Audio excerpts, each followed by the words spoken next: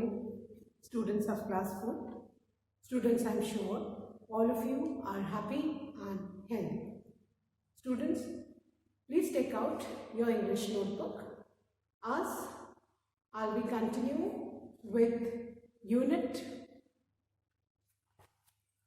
28 of your English grammar book, Letter Write. Students, please take out your English notebook and your English grammar book. Turn the page of your grammar book to page number 105 as I'll be continuing with Unit 28, Letter Writing.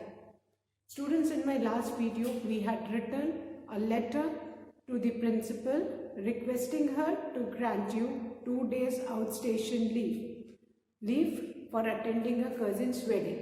And today we'll be again writing an application to the principal requesting her to grant you sick leave. At times we all are not well, we suffer from cold, cough or fever or any ailment, we require leave for rest. So today we are going to learn how to write application to the principal requesting her to grant you sick leave. Now students, before I start the letter, let's revise the 8 main parts of the formal letter. All the applications are formal letters. Letters written to the offices, principal, teachers, etc. These are all formal letters.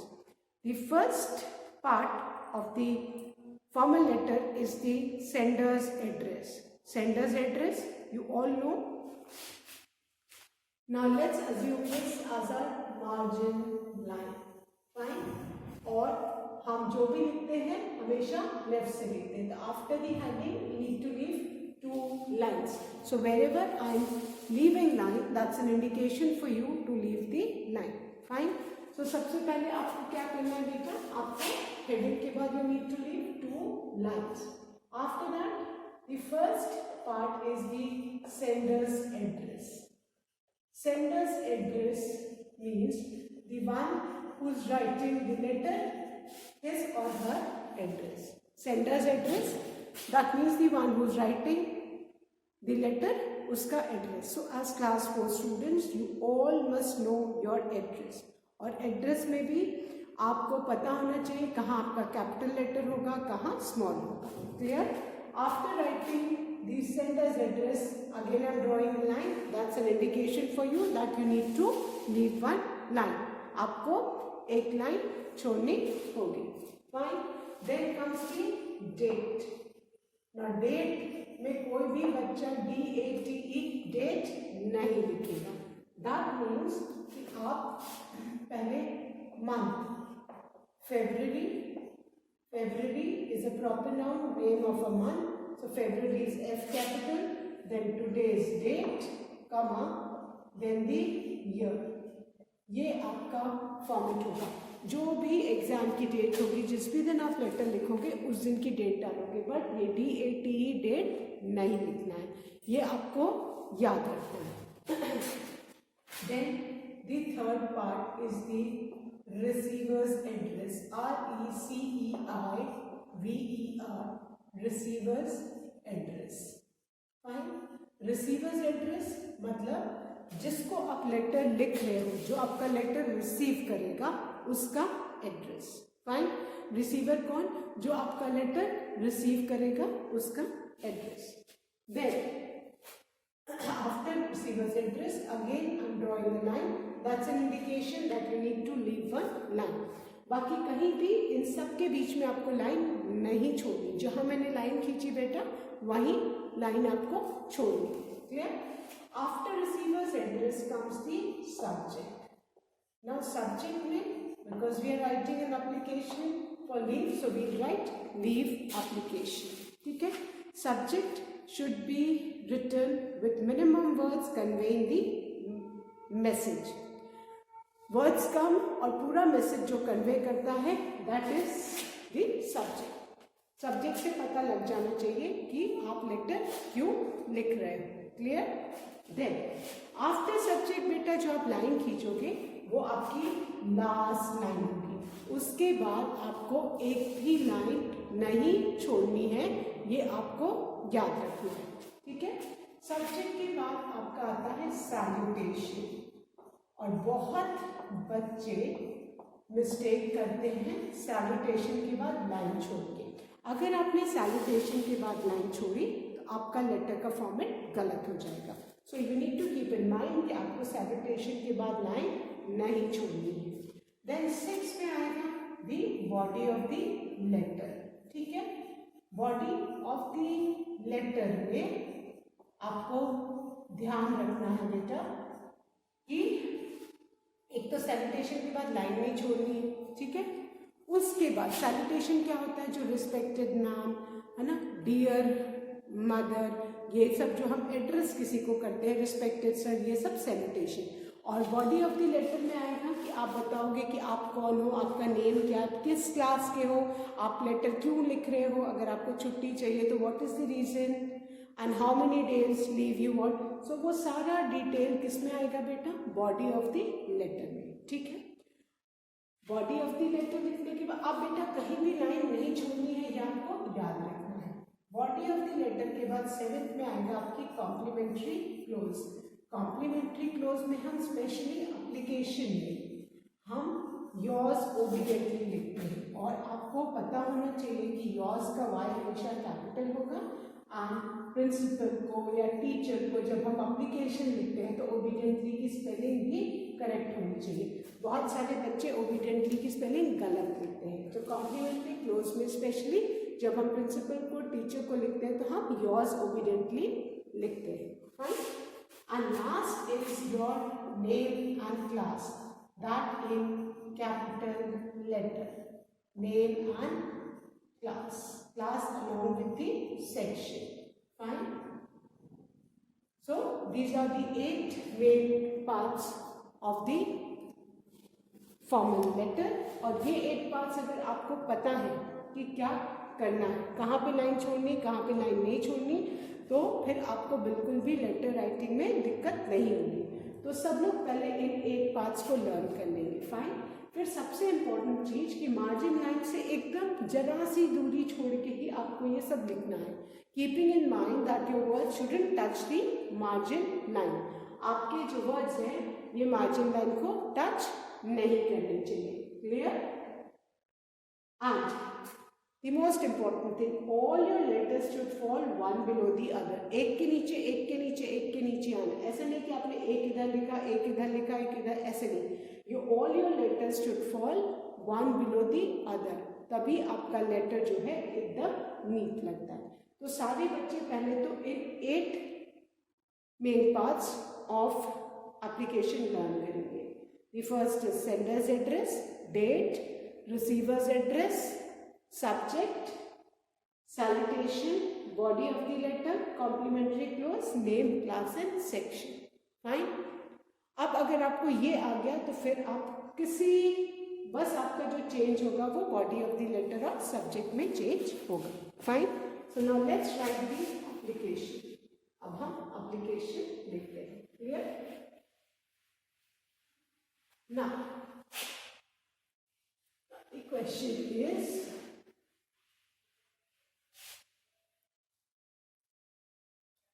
Okay, question जो है आपका that is,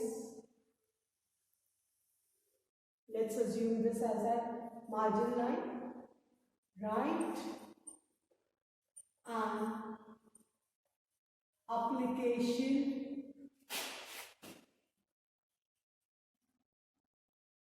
to the principal requesting her to grant you 3 days sick leave, 3 days sick leave, right? अब हम principal को application लिखेंगे, उनको request करेंगे कि हमें 3 days के लिए सिक लीव दें. So after the heading first हमारा क्या है, we need to leave 2 lines. Heading लिखने के बाद wherever I am drawing a line that's an indication कि आपको वहाँ पे क्या करना है बेटा, लाइन छोड़नी है. ठीक है, मैंने 2 लाइन छोड़ी, आप भी 2 लाइन ड्रॉ की, आपको 2 लाइन छोड़नी है. You need not draw lines, you just need to leave lines. Wherever I have drawn line, that's an indication कि आपको line छोड़नी है. Then the sender's address. So अपना नाम, अपना एड्रेस लिखेंगे. Let's write as 12/7 Flora line 39 GTC Varanasi. Fine. अब बेटा सबसे इंपॉर्टेंट, मैक्सिमम बच्चे गलती करते हैं. ठीक है, व्हाट आई हैव सीन, सबसे ऊपर आपका जो हाउस नंबर है, क्वार्टर नंबर, वो, then your area oblique colony, locality का नाम, देन जो मेन जगह जहां आपका घर है, that area, and then the name of the city, keeping in mind that Varanasi we will always remain capital. तो सब अपना एड्रेस लिखेंगे. You will not write this address because you do not stay on this address. आप इस address पे नहीं रहते हो, आप अपना एड्रेस लिखोगे. तो मैंने कैसे ही एट रैंडम कोई नंबर लेके एक एड्रेस बना दिया, but you will write your address. I hope I am clear. सब अपना एड्रेस लिखेंगे बेटा इसमें. ठीक है, after writing the address leave 1 line. Then comes the date. Date में we write February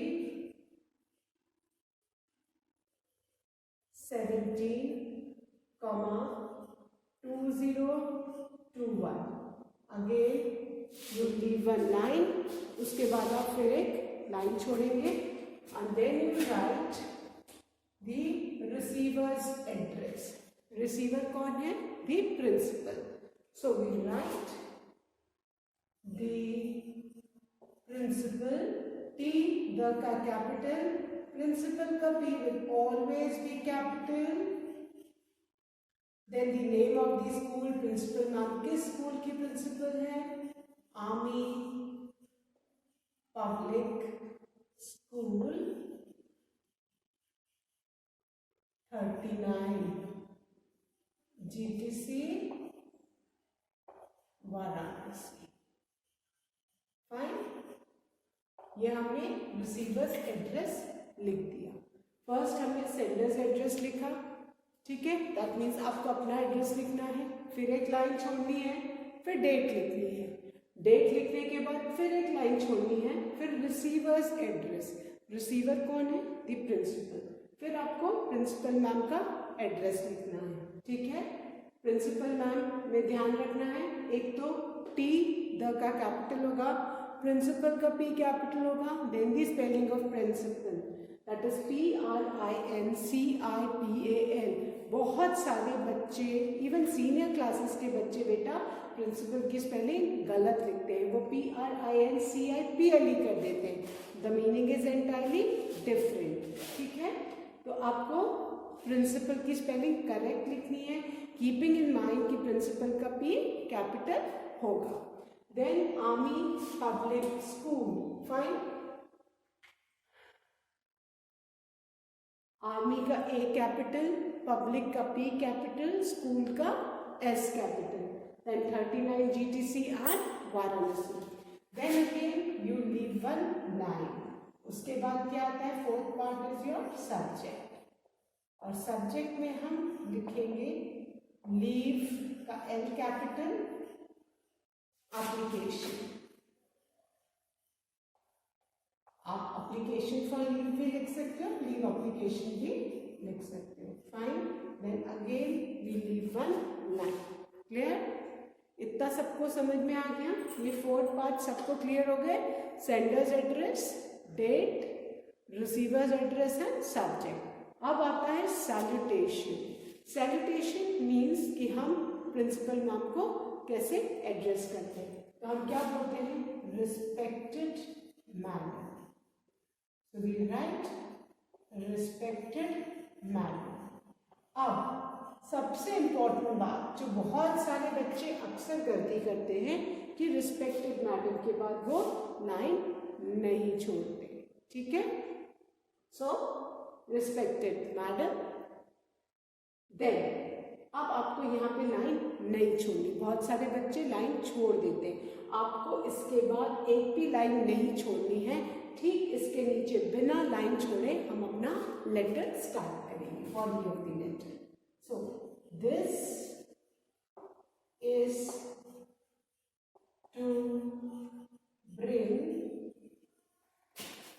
under your kind consideration that I के बाद आप अपना नेम लिखेंगे, है ना। आपका नेम अगर दिवस राय है तो दिवस राय, गर्वित शर्मा है तो गर्वित शर्मा, रिमझिम कुशवाहा है रिमझिम कुशवाहा, शिवम यादव, अंश यादव, देव यादव, अनिरुद्ध सिंह, जो भी आपका नेम है ना, दिव्यांश भारती, आपका जो भी नेम है वो आप नेम लिखेंगे। मैंने नेम लिखा है, आपको नेम नहीं लिखना, आपको अपना नाम लिखना है, क्लियर। अब आप अपना नेम लिखेंगे, after name you always put a comma. Name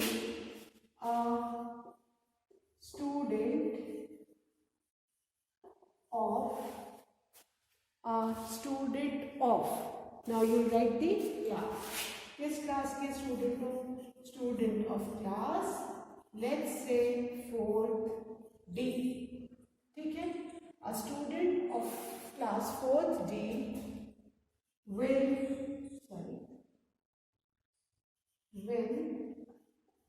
be unable to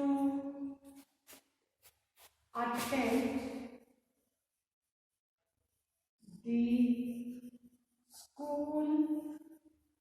कितने, आप क्वेश्चन में देखो, क्वेश्चन में देखो आपको कितने डेज की लीव चाहिए, आपको 3 डेज की लीव चाहिए, ठीक है। सो अब हम 3 डेज काउंट करेंगे। सपोज आज आपने एप्लीकेशन लिखी और आपको लग रहा है कि आपकी तबीयत ठीक नहीं है ना, एंड मे बी आप डॉक्टर को दिखाते हो आफ्टर द स्कूल, तो doctor says you need 3 days complete rest. So आज की डेट से आगे के 3 डेट्स गिनेंगे। तो अटेंड द स्कूल फ्रॉम, आज 17 है तो लेट्स राइट फ्रॉम 18 February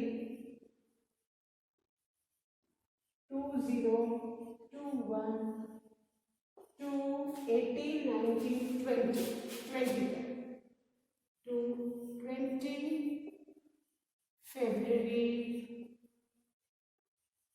2021 आज अब रीजन देना, ठीक है, क्या हुआ आपको। तो let's take it as cough and cold, let's take it as viral fever. So जो भी आपको लगता है आप वो लिख सकते हैं। As I am suffering from cough and cold, कुछ भी आप लिख सकते हो, जो भी आपको परेशानी है, बीमारी है, वो आप लिख सकते हो। बुखार है, वायरल फीवर है, कफ एंड कोल्ड है, डिसेंट्री है ना। सो कुछ भी आप लिख सकते हो, इंडाइजेशन है, फूड पॉइजनिंग, एनीथिंग, जो भी प्रॉब्लम है वो आप इसमें कफ एंड कोल्ड की जगह मेंशन कर सकते हो। Kindly grant me 3 days sick leave. Sick leave को आप मेडिकल लीव भी कर सकते हो। आप सिक लीव को क्या कर सकते हो, you can write as medical leave. Medical leave. If you want, आप डॉक्टर का जो प्रिस्क्रिप्शन है उसकी फोटोकॉपी भी आप अटैच कर सकते हो। Kindly grant me 3 days medical leave and oblige. Fine. अब बेटा जहां आपका ऑब्लाइज खत्म हुआ आप वहीं पे छोड़ देंगे और फिर न्यू लाइन पे आ जाएंगे। Clear? And oblige,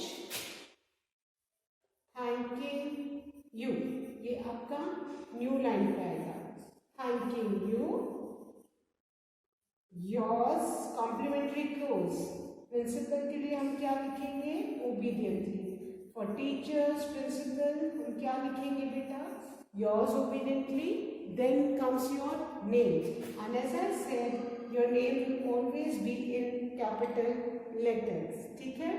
yours obediently, write your name in capital letter, जो भी आपका नेम है, and then below the name write class, that is 4th D। Fine. ये आपकी मेडिकल लीव हो गई। अब बेटा इसमें ध्यान जो रखना है, अब आप ध्यान से देखो, मेरे सारे लेटर्स एक के नीचे एक आ रहे हैं। आपके भी लेटर ऐसे नहीं कि एक लेटर आपने एक इधर लिखा एक इधर एक, ऐसा नहीं करना है।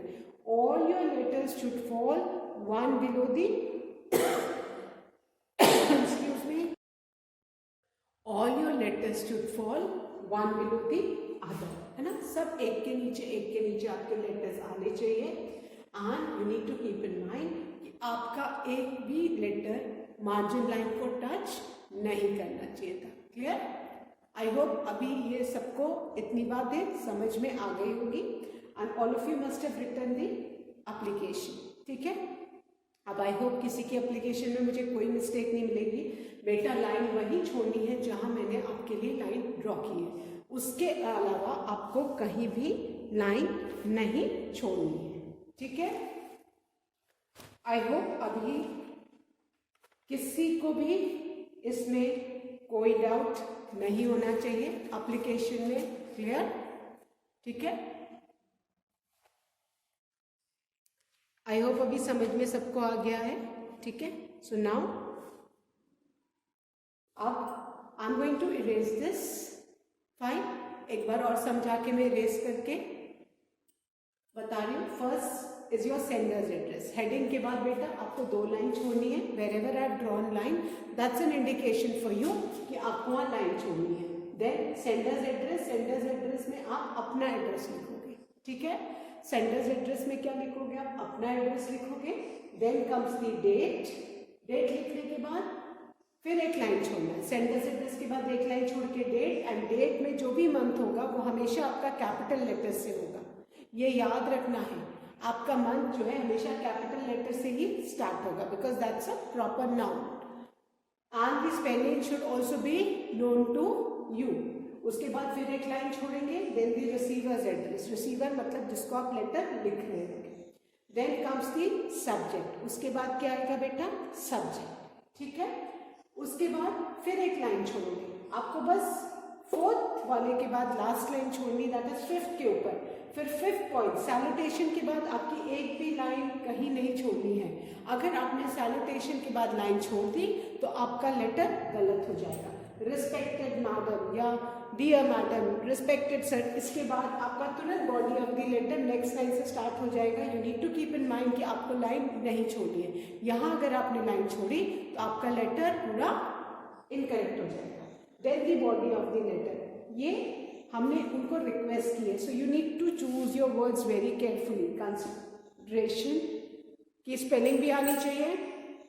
आपको अपना इंट्रोडक्शन देना, आपको अपना नेम बताना है, आपको अपनी क्लास बतानी है, आपको फिर रीजन बताना है कि आपको क्यों लीव चाहिए, कितने दिन की लीव चाहिए, सारी डिटेल्स। एंड लास्ट में comes the complimentary close. Complimentary close का वाई कैपिटल होगा, yours obediently, then your name always in capital letter and the class in section. Fine? So I hope अभी सबको letter writing समझ में आ गया। So now I'm going to erase the board and explain the format of informal letter writing. ये तो formal letter सबको भी समझ में आ गया। अब मैं आपको थोड़ा informal letter writing बता रही हूँ। इनफॉर्मल लेटर राइटिंग का फॉर्मेट क्या होता है अभी मैं आपको समझाती हूँ, ठीक है। फॉर्मल के 8 पार्ट्स होते हैं फॉर्मेट में, और इनफॉर्मल का इनफॉर्मल लेटर,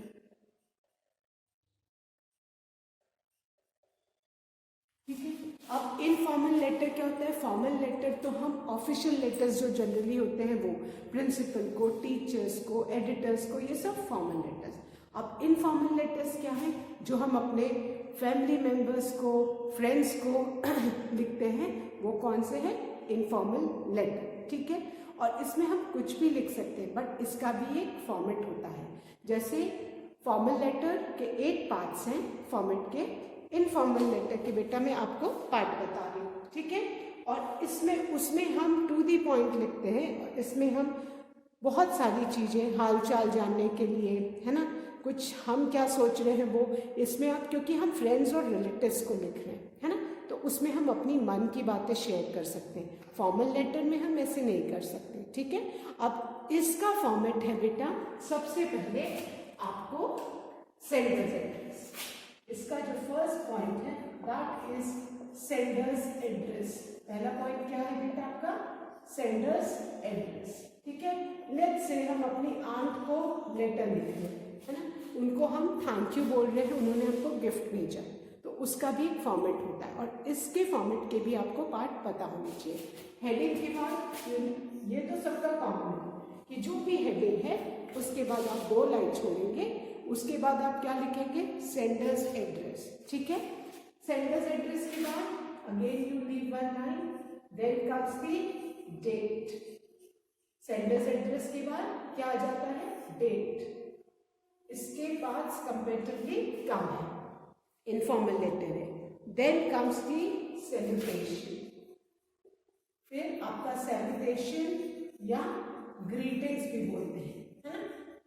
और इनफॉर्मल लेटर में जैसे उसमें हम रिस्पेक्टेड लिखते हैं, इसमें जनरली हम फ्रेंड्स एंड जो रिलेटिव्स होते हैं they are very close to us, they are very dear to us, वो हमारी बहुत करीब होते हैं। जबकि जो फॉर्मल लेटर है, मतलब उसमें जिसको हम लेटर लिख रहे हैं, we are not that close, we don't share a close relationship with them, उनके साथ हमारी ऑफिशियल रिलेशनशिप है, तो हम रिस्पेक्टेड लिखते हैं। और वेरेस जो हमारे इनफॉर्मल लेटर्स हैं ये फ्रेंड्स और रिलेटिव्स को होते हैं, और वो हम उनके बहुत करीब हैं। सो जनरली हम जो इनफॉर्मल लेटर्स हैं उनमें हम डियर, डियर मतलब आपको पता है ना, डियर होमोफोन्स हैं, और इसके क्या मतलब होते हैं?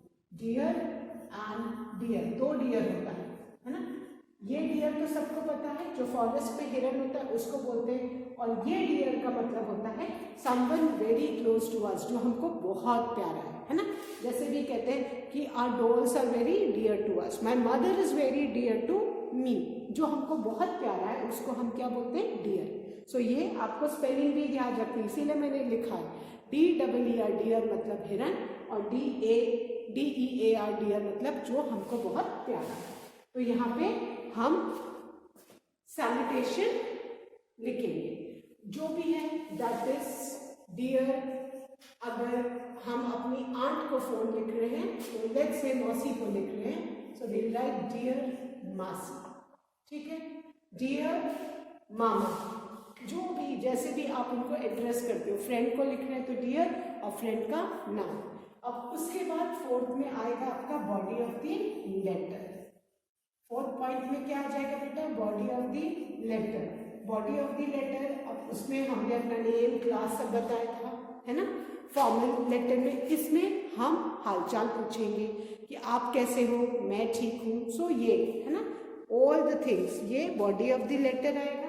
देन 5th में कॉम्प्लीमेंट्री क्लोज, और यहाँ पे कॉम्प्लीमेंट्री क्लोज में जनरली हम योर्स लविंग, योर्स अफेक्शनेटली, ये सब हम बोलते हैं। Yours loving, dependent, yours affectionately, जो हमारे कॉम्प्लीमेंट्री क्लोज होते हैं ये डिफरेंट होते हैं, अलग अलग हम वर्ड्स यूज कर सकते हैं। Yours loving, yours affectionately, yours truly dependent कि हम क्या और लिखना चाहते हैं। तो यहाँ पे ये complimentary close and then the last is your name. और यहाँ पे name that is your first name only. आप अपना सरनेम नहीं लिखेंगे, खाली आप अपना फर्स्ट नेम लिखेंगे इसमें। क्लियर? सपोज आपका नाम गर्वित शर्मा है, आप खाली गर्वित ही लिखेंगे। या आपका कोई घर का नाम है, लेट्स से टिंकू, मिंकू, पिंकू, जो भी है ना, तो वो आप वो भी लिख सकते हो। क्लियर? तो this is the format of the informal letter. Fine. इसके 6 पार्ट्स हैं, वेरियस फॉर्मल लेटर के 8 पार्ट्स हैं। That's all for today students. Thank you students. Have a good day ahead.